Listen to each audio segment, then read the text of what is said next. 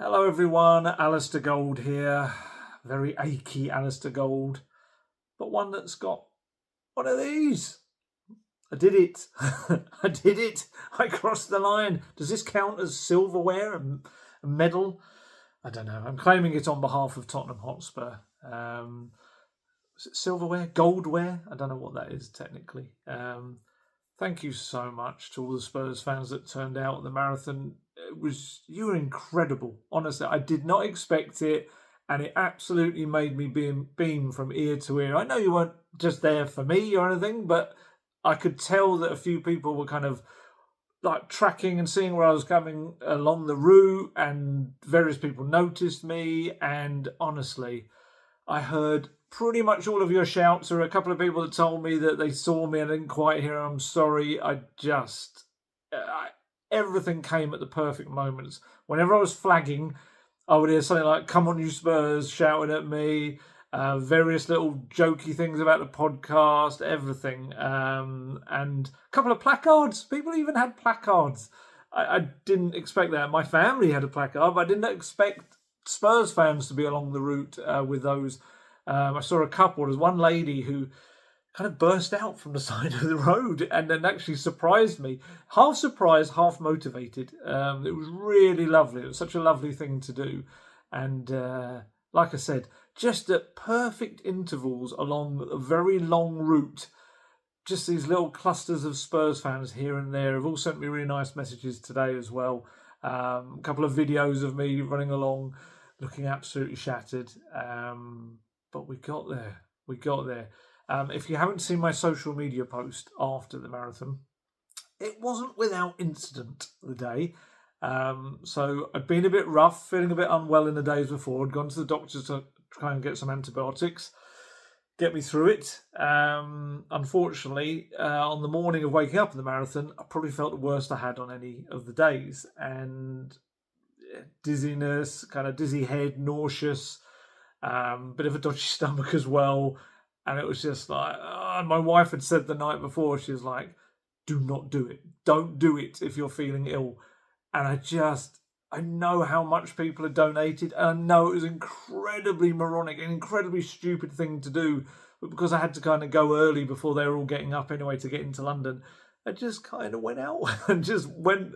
And I was just sat there on the grass near the start line just thinking, this is so wrong. This is so wrong. This is so stupid. And yeah, not to be too graphic, but yeah, with a dodgy stomach and having to go to one of those portaloos, you know things are never a good sign when the gentleman coming out of the portaloo and ahead of you says good luck. And you know they're not talking about the marathon.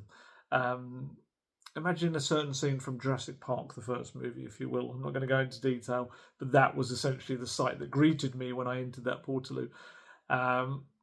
I had no energy, but I had to do it. I just had to. There was no part of me that kind of thought that people have been so generous and donated so much to such a great cause for cancer research. There's no way that if I'm feeling rough on the day that I could just go, we'll try and hold it off for next year. I just couldn't do it. It was incredibly stupid. I wouldn't recommend anyone ever runs a marathon ill. It was not a pleasant experience. I kind of weirdly got better as it wore on, but the early miles, I was thinking, nowhere am I going to get near the end of this.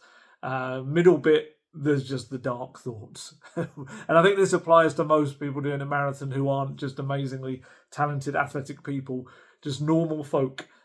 We get to those middle bits and we're like, just thinking the worst possible thoughts you can. It's horrible. But then you just you get through it. And again, thank you so much for Tottenham fans. You did it. You got me through it, and my family as well who were there. And the reason I do it is because just people have been so generous. I want to double check.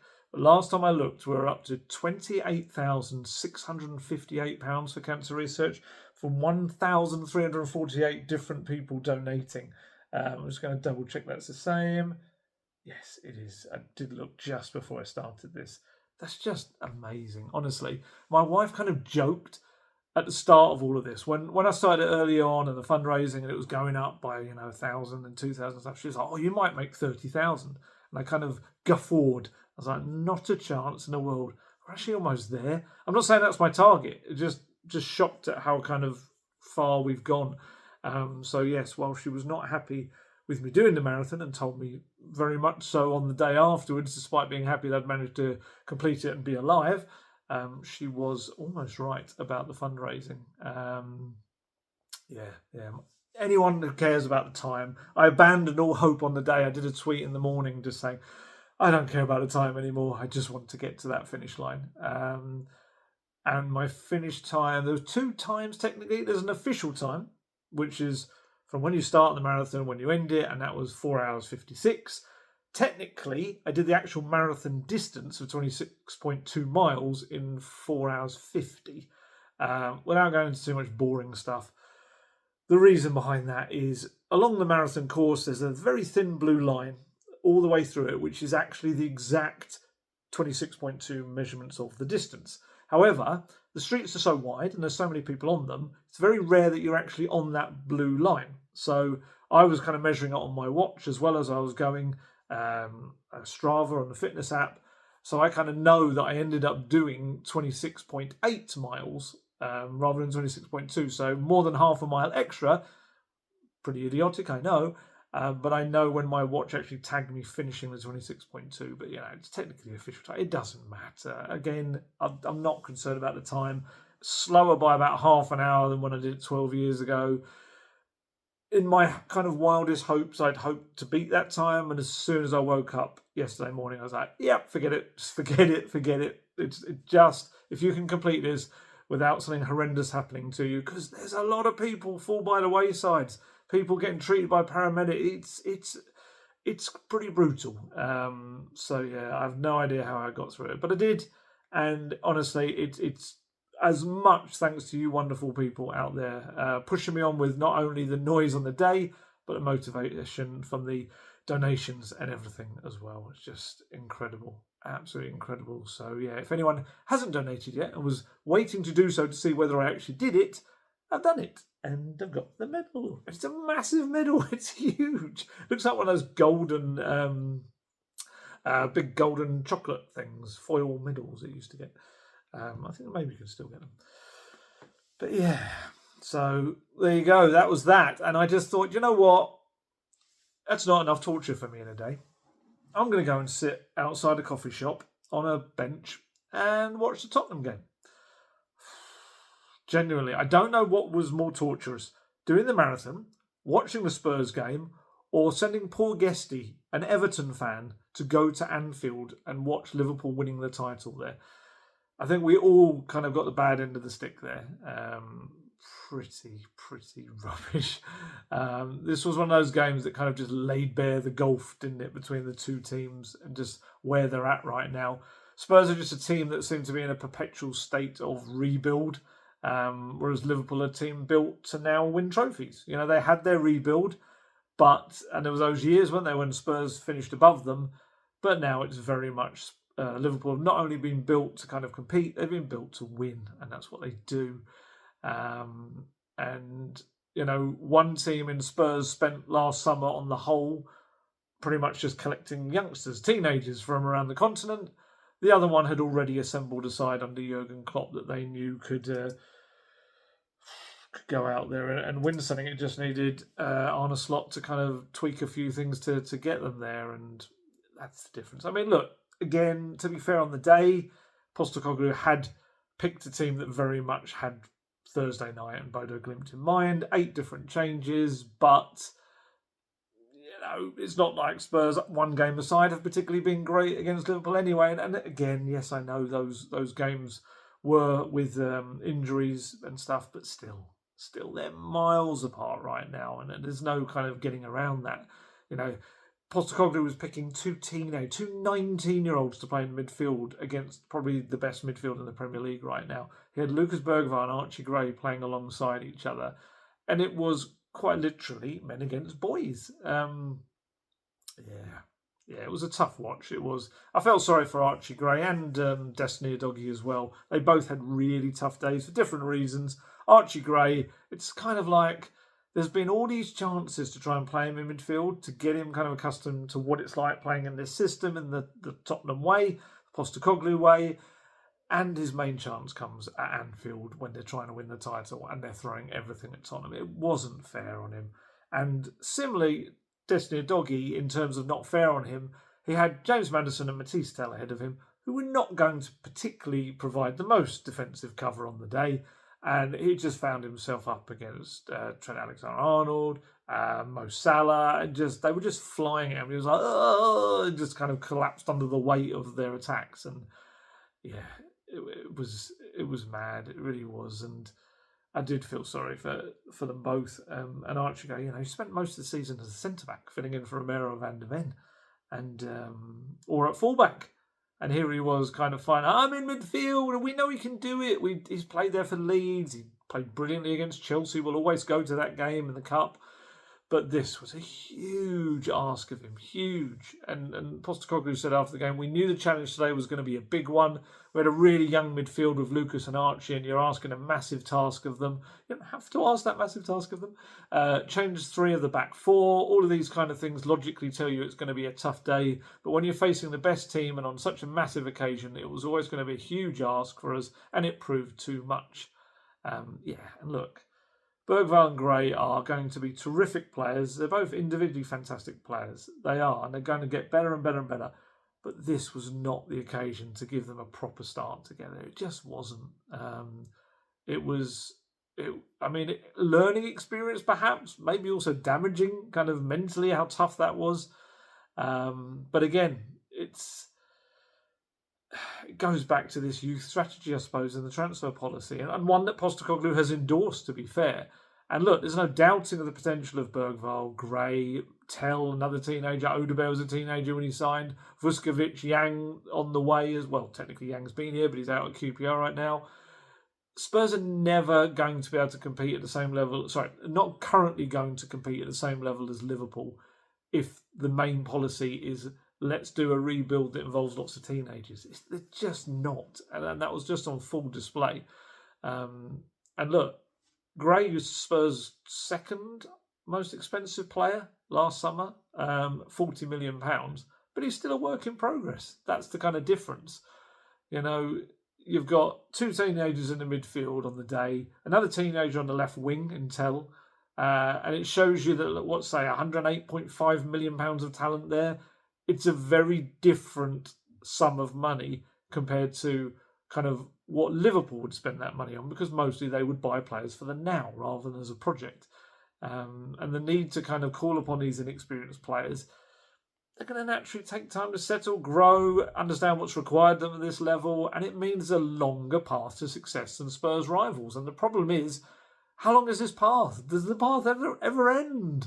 And that's the issue. Like I say, a perpetual state of rebuild. Every 2 years, rip it up and start again. If 2 years, sometimes it's only 18 months. Postecoglou admitted that the club got it wrong with their squad earlier in the season and kind of leading into the injury crisis. And you wonder, does he mean the type of transfers, although he backed the teenage overhaul, or whether he was saying he maybe should have made more use of certain players earlier in the season that he didn't. Maybe just more rotation. But yeah, for now, unfortunately, he just had to put out a young midfield that was overawed, outmatched, whatever you want to call it, really. And it could be that as a future manager gets the benefit of these young players, because that was I felt so sorry. I mean, I was sitting there. I had a few Spurs fans pass me, actually, kind of, and people are lovely when you've got a medal hanging around your neck. I don't think anyone on Marathon Day takes them off. They just walk around just going, I did it in your face, world. And I've just sat there, medal hanging around my neck, watching this match, and a fair few Spurs fans all came along and said the same thing, like, Ali, what are you doing to yourself? Why would you run a marathon and then watch that game? It's a simple answer. I have to. I had to know about it for work. I was actually working, although my boss, Lee, told me, I didn't have to. I actually did 3 articles after the marathon, which just shows what a madman I am. But I want to, even when I'm afar and not seeing the game in its full effect, I still kind of want to delve into it and dissect it and understand it. And even if it was as unpleasant as a game like that was, look, It was missing Romero, it was missing Van der Ven, missing Bentancur, missing Porro. So, yes, 4 of that kind of foundation of the team, I guess, right now was not there. And Spurs just looked kind of scared every time Liverpool went at them. Of course, we got the early goal, which really nice Solanke header from Maddison's cross. It just kind of felt like it was postponing the inevitable. It didn't feel like, oh, Spurs are here to ruin your party. It didn't feel like that at all. It just felt like, okay, when's it coming? When's the onslaught coming? And it was 4 minutes later. Luis Diaz scores from close range, had that offside check. Then Alexis McAllister scores a goal with a bit of a powerful effort. Gakpo scored again as well. Clinical finish. Some of their finishing was actually really nice, Liverpool. But that's not to say that that's the only reason they won. They could have had more goals. They really could have more than 5. Salah scored a low effort. A doggy own goal. It was going to go in regardless. It's just, unfortunately, completed the bulldozing of Tottenham Hotspur and unfortunately completed a tough day for a doggy. And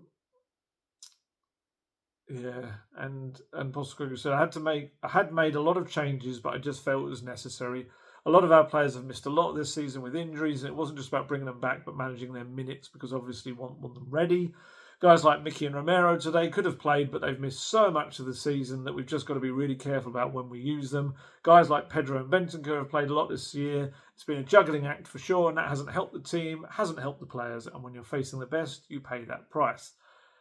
Yeah, the trouble is with the spacing of the games is that he almost goes into the territory with some of these players of taking them into not playing for 10 days or so, 9-10 days, which actually they go out of the having a rest and being fresh and into the maybe losing a bit of rhythm and sharpness. So, yeah, it'd be interesting to see kind of what effect it has on Thursday night because it is a proper juggling act, I guess. But yeah, overall, there's not too much to take from this game in terms of analysis. That just Liverpool tore them apart, as they have done in 2 of the previous 3 encounters as well. 5-1 scoreline, 15 goals they've scored against Spurs. That's the weird thing. We're still in this odd place where only Liverpool, Fulham, and now Wolves, after a couple of weeks ago, have beaten Spurs by more than a goal, like a 1-goal kind of advantage. But Liverpool have destroyed them. It's not even been a case of unfortunate. They've absolutely destroyed them. Their game and their pace on the break, just exploiting every bit of space where the fullbacks aren't.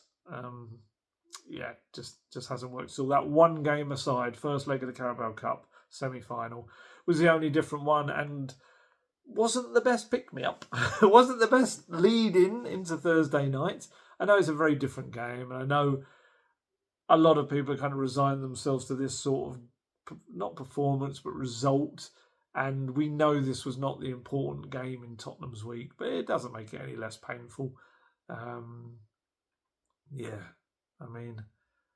It's just mad, isn't it? You look at it, Spurs could feasibly finish in the bottom 4, 5. They've got West Ham coming up in a derby to not finish 17th, maybe. But it's a derby in a time when Spurs are probably will have not a care for it. And I know that will go. It's funny, there's kind of, I see the split in social media. There's some people just like, well, we just don't care about the league anymore. And there's some people that get really angry after defeats in the league. And it's kind of like, if Spurs lose to West Ham on Sunday, but either side they go through with the semi-finals against Bodo Glimt, it's like almost like it's so difficult. I don't want to say the West Ham game isn't important because it's a derby and you want to beat West Ham and you don't want to finish literally the team that is above those who got relegated. But ultimately, I guess all that matters is the semi-finals and then getting through to the final and then hopefully trying to win that. But like I say, it's mad that Spurs could finish that low in the table, have that much of a stinker of a Premier League season. I mean, they're the joint worst now, aren't they? Defeats for a Premier League season with 19. Yet they could get their first European trophy in 41 years if they play 3 terrific games between now and the end of the season. It's just mad. It's mad. What a stupid season. And look, don't get me wrong. That long-awaited piece of silverware is not going to paper over the cracks at a club that is always selling the supporters the hope that something impressive and sustained is on the horizon but never seems to arrive. A trophy would be amazing. It's what we've all wanted for a long time.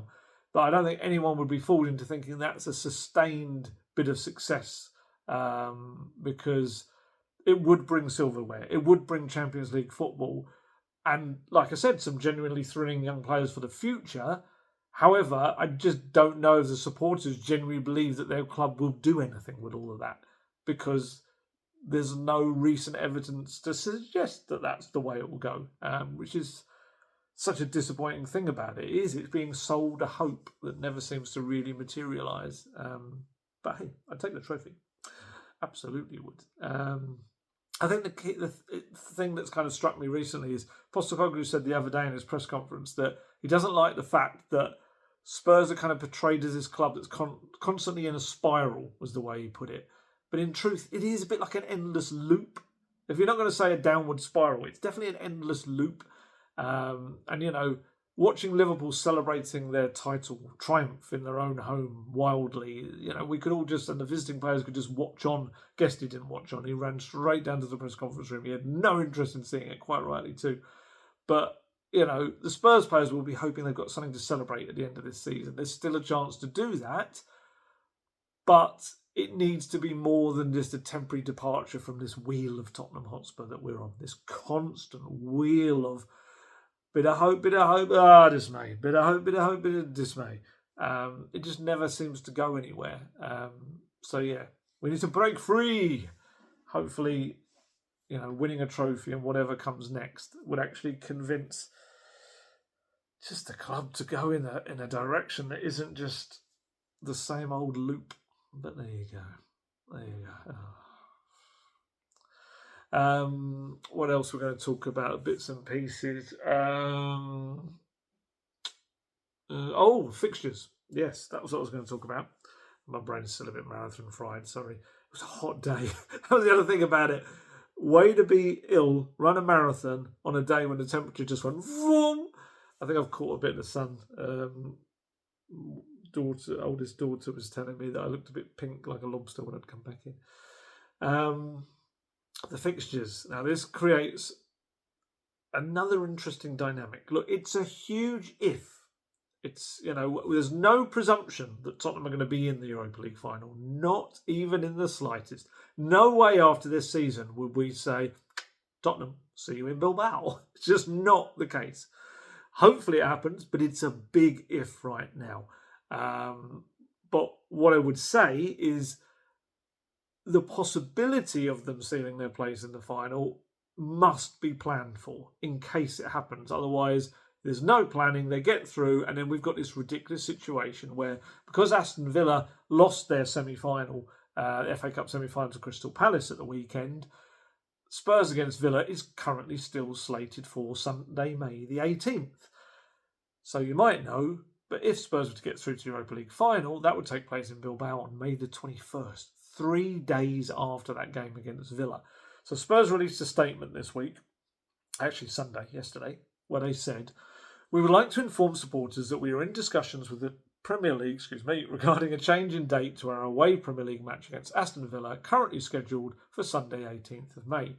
So from what I understand, Spurs have suggested like a number of alternative dates that the game could be played on, just to give a larger block of days for Spurs to mentally and physically prepare for this huge showpiece final, if they get through to it.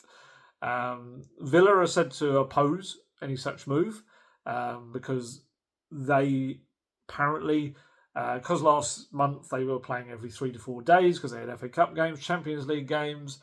They're chasing a top 5 spot, so they want to kind of have as much time as possible in between games in the next month. And in May, all of their games are stretched out between every 7 to 8 days. The cynics might suggest that if you're Aston Villa, of course you want Spurs to have to play you 3 days before their cup final when you're chasing a top 5 Champions League spot. Because let's be honest, if Spurs have to play 3 days before a cup final, Postecoglou is putting out a team of fringe players, kids, tea lady, Guesty and I might be able to get our boots on and play. He is putting out a team that will bear no resemblance to what would appear in a final if Spurs were to get through. So I can understand from a cynical point of view, some might think, well, of course, Villa would think, yeah, let's have that scenario. There is also this other part of their objection, apparently, that for the final home game of the season, they currently have these pre-planned things with families and activities that they wouldn't be able to do if it's an evening fixture because children would be asleep.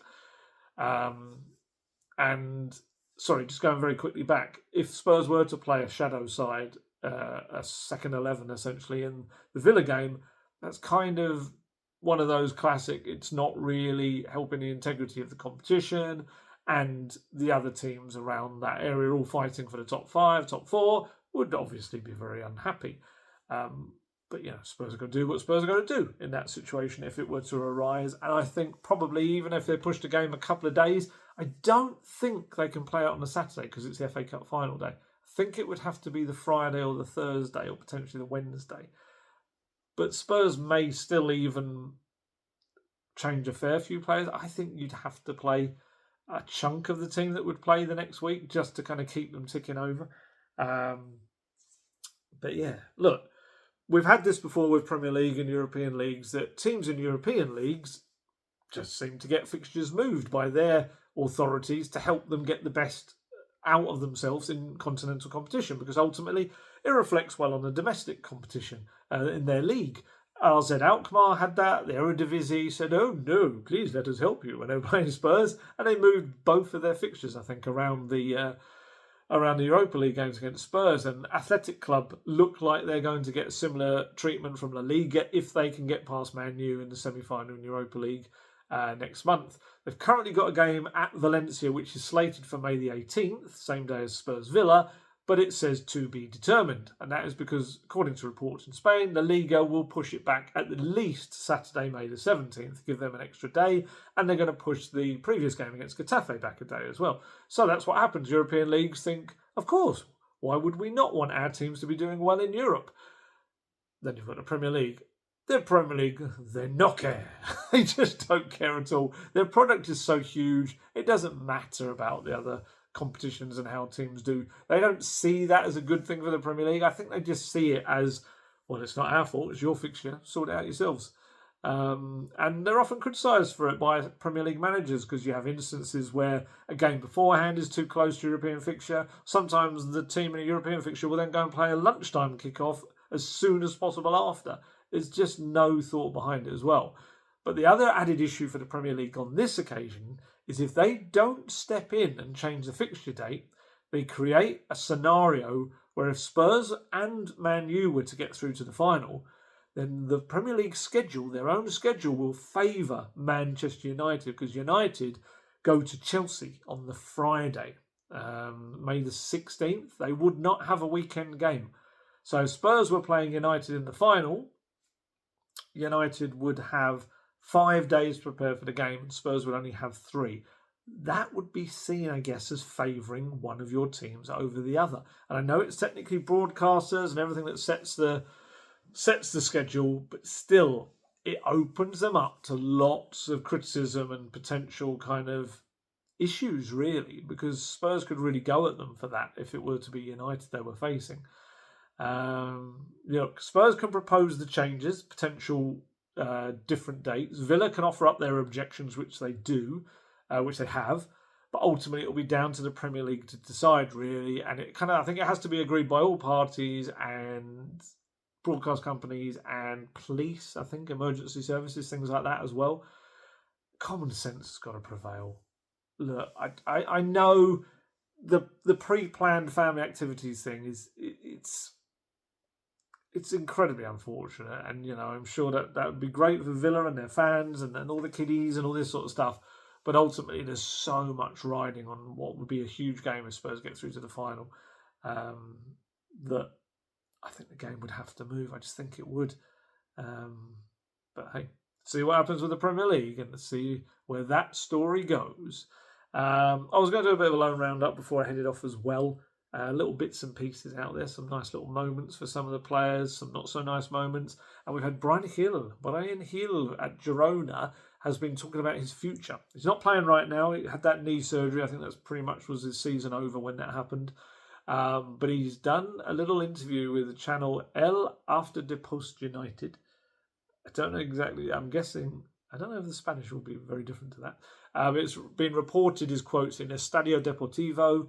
He was asked essentially what's going to happen next for him. And he said, I haven't given it much thought because I'm focused on recovering as best as possible and being back. That's something my agent will tell me when things are going, but they, as in Tottenham, told me, and I told them that the best thing is for us not to continue being linked to Tottenham, but there's no problem or bad feeling, quite the opposite. They bet on me when I was young, and they've treated me fairly well, but if I have to go back there, I'll focus on giving my best as always. I'm calm because no one can have a bad word to say about me not being professional without playing. I've always trained well. I've done what I had to do, so whatever has to happen will happen. We'll see where we are next year. That's true, to be fair. I've never heard a bad word said about Brian Hill, that he's always given everything.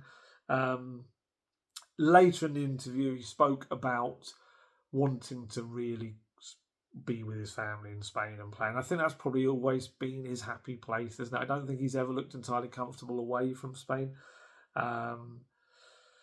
So yeah, we'll see what the future, the summer holds for him. He's been at the club 4 years now, which is mad. And yes, I presume Spurs would take kind of what they can get for him really at this stage. He'd been playing well for Girona before the knee injury, so I think there would be a fair bit of interest in him. Just got to see what kind of is there when he comes back. Who else? Alfie Devine and Luka Vuskovic, both playing for Westerlo at the moment in the Belgian league. They're in the Jupiler Pro League kind of Europe playoffs. I think it's to get into the Conference League, this little section of the season for them. They've had a double bill against KV Mechelen. Alfie is back from illness. He missed one game, I think it was. Came off the bench in their first game, which was a 3-2 win away at Mechelen, which was a good win for them, although they had 10 men, to be fair, their hosts. Then he came off the bench for a bit longer for the second half. On Sundays, they drew 2-2, the two teams.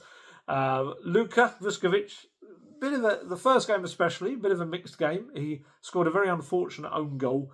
He was trying to get his foot to a shot, like flicked up his back of his heel, and the heel caught the shot and just sent it straight into the net.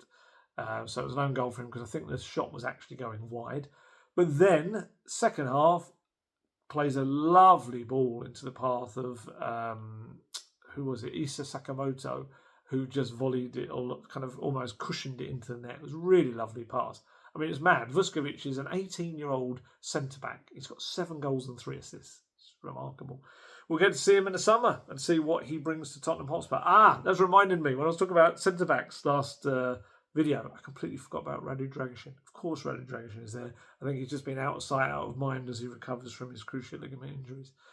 What else we got? Manor Solomon, he will be playing about now, actually, as I'm recording this. Leeds are playing Bristol City, looking to get back on top over Burnley in the Championship.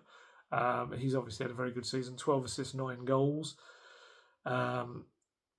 Leeds going up should give them a stronger chance of getting him, although I think there's going to be quite a bit of interest in him from Premier League clubs. So, yeah. Another player that Spurs might be able to get a bit of money from. I think the figure we've seen is about 10 to 12 million, something like that.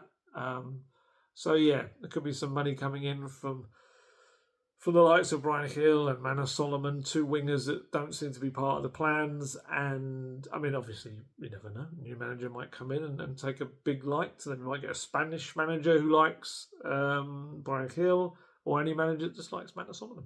Or it could be Postecoglou. Who knows? Who knows what the coming months are going to bring us? I think we know what it's probably going to bring us, but you never know.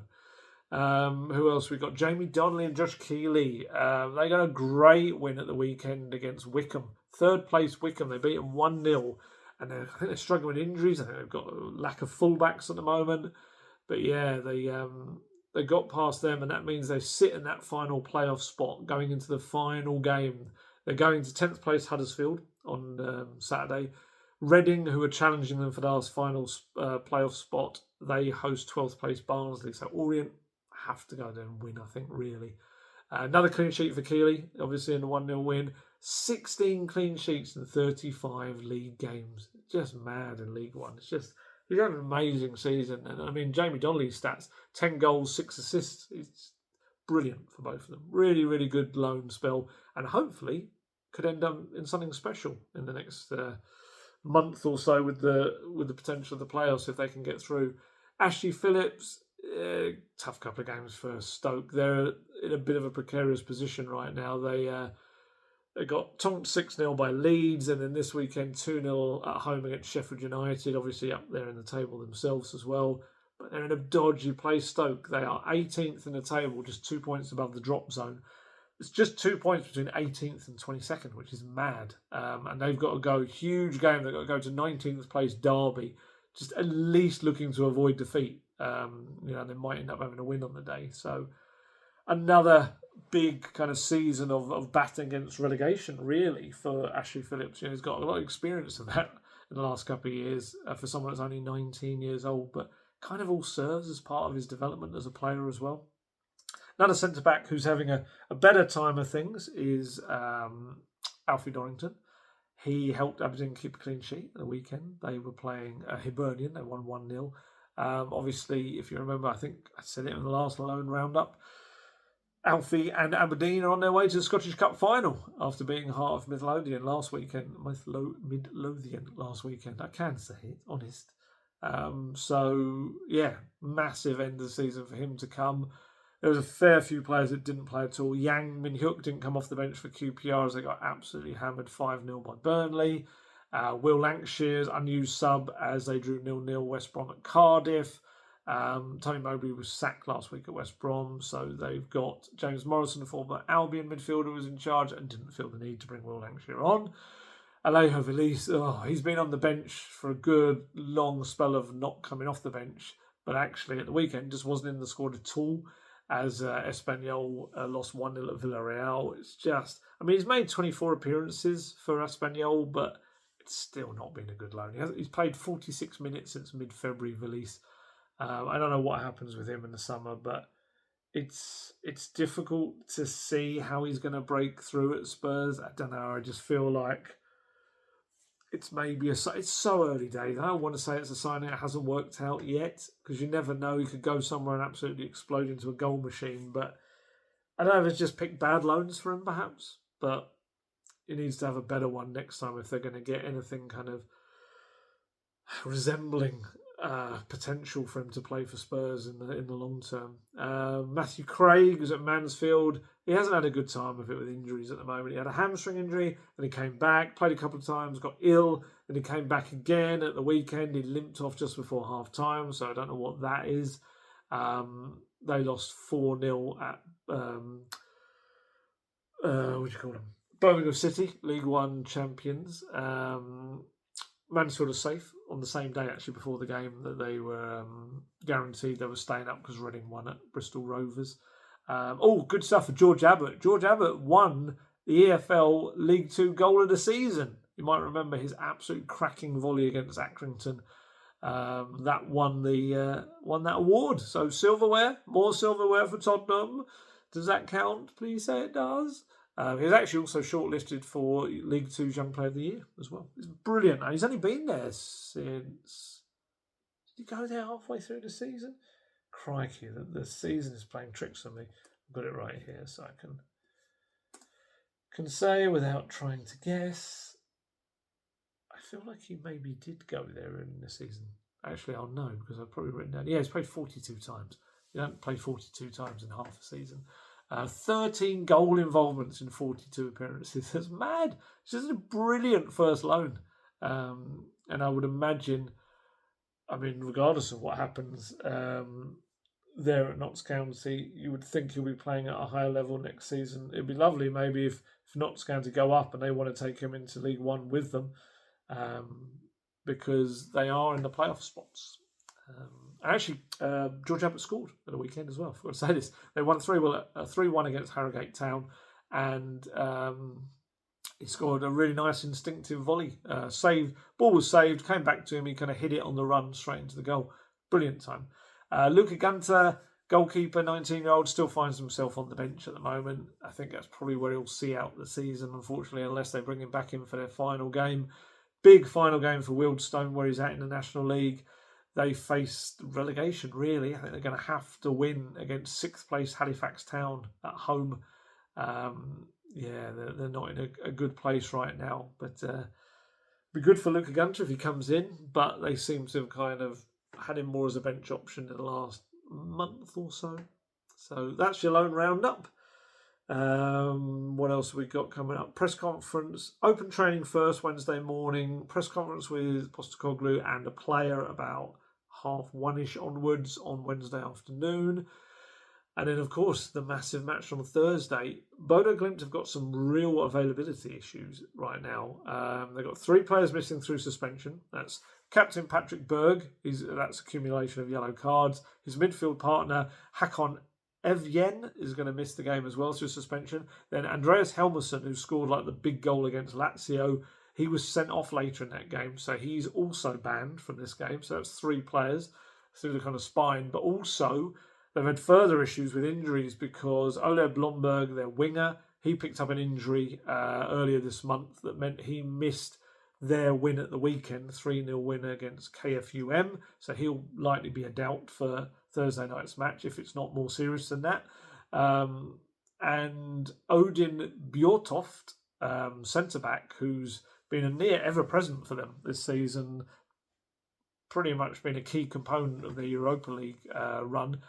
He came off in the 54th minute of the game at the weekend holding his groin, and there certainly looks to be a bit of concern about him as well. So they're going to be depleted. They're going to, not have the same key players that they've had for other games, and Spurs have to take advantage of that. They just must.